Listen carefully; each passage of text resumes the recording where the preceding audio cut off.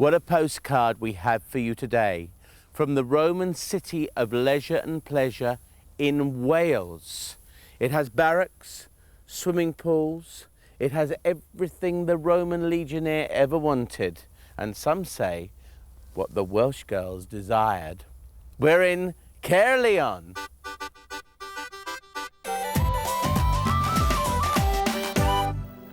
Carleon, Monmouthshire is a surprise town that bursts with Roman antiquity, as Dr. Russell Rees exudes.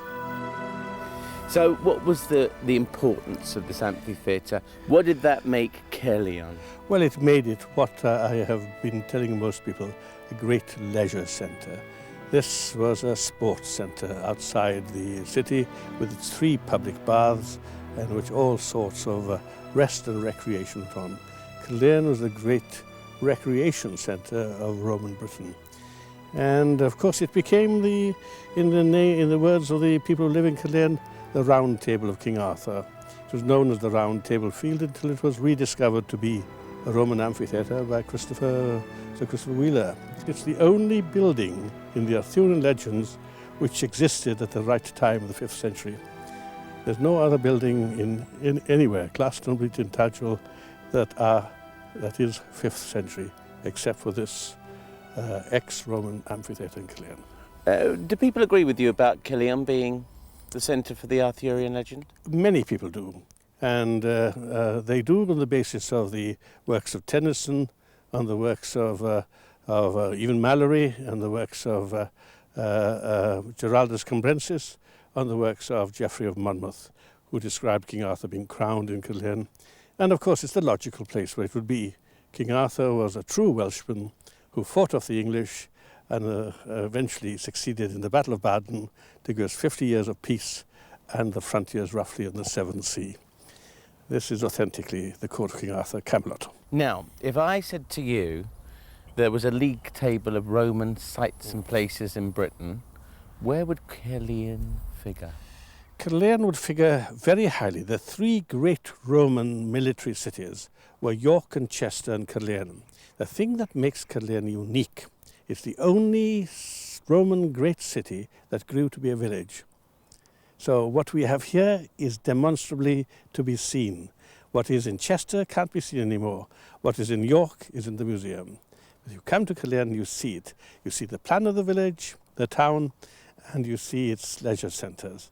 And you see its site. You sit here and we look outside, and there's a wonderful natural amphitheatre, yes, which is the reason the Romans chose this crossing of the River Usk to establish their military city.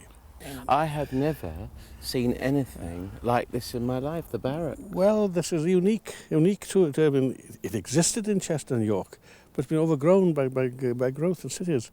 But in Carleon we have all this ready to be seen. And what we should be doing, of course, is to make it more visible, help people see it, rebuild parts of it. There's nothing wrong with that as long as you tell people that you've done it. And that's what I'm about now. I'm trying very desperately to rebuild the main gate to Carleon city. These are for stoves and things, you see. Oh, just there. In the barrack blocks there were 8 men. This is incredible. You can see the cubicles, you can see the rooms. To each cubicle there would be 8 men, and the other cubicle would be for their arms and weapons and whatever. And in between there'd be a sort of meeting ground, so they faced upon each other. It's a little village of itself, you know. And as you can see, it's built of stone. It was meant to last. Yes. And it lasted 300 years. That's almost longer than the United States lasted. So why was it a barracks? What were they defending against if there were attacks? When they came in AD 74, the Romans came here and they came over the top of the hill. On top of that hill there was the British camp. Where all the houses are. That was the ancient British camp. 17 3/4 acres, surrounded by massive earthen walls and things. So they defended from the heights.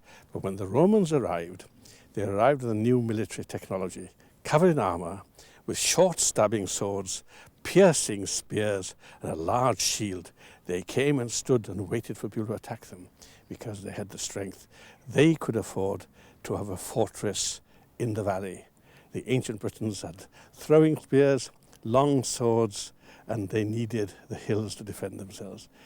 The ancient Britons were faced by a magnificent body of disciplined, new technology, really serious military opponents, something they'd never seen before. The hot and cold baths, of course, were accompanied by a major swimming pool. And this swimming pool was devoted to the legions.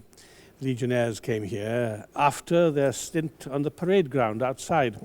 And this has been recently discovered in the 50s, I think it was.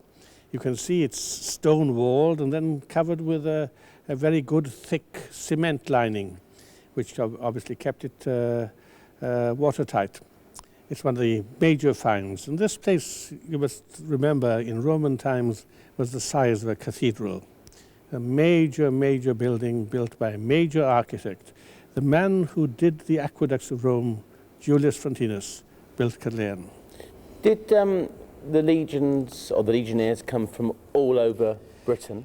They came from all over Britain, but they also came from the Mediterranean. Spaniards and Italians, and of course they came and stayed. Once they were here long enough, they were given pensions and they often settled down with local girls and stayed. And that is part of the Roman contribution. Not only were they occupiers, but they were part of our heritage. They were part of the bloodstream and the genetic makeup of what Britain is today. That's good. We're off into the splendid Roman Legionary Museum to investigate the Roman way of life and death. They showed that the Romans were very serious about death. In fact, they were very worried about their future in death, as you can see here. Here is an extraordinary thing found in Carleon, which is a Roman coffin. And you can see the pipe leading to it, whereby, in fact, the body was fed to help it through to the other world, as it were. And Carleon is full of these things. There's so much of it that we had sarcophagi, Roman sarcophagi, left in the open here. Now, I'm glad to say that they are treasures and they're undercover. And they had cremation here. This is what's interesting. Yes. Indeed, the Romans took death very seriously. In fact, they had a death club, a burial club. They paid in money as we pay into insurance now, so that they were helped along in the other world. Well, that's it from the Romans in Monmouthshire. As he would have said, Velete. Ta-da.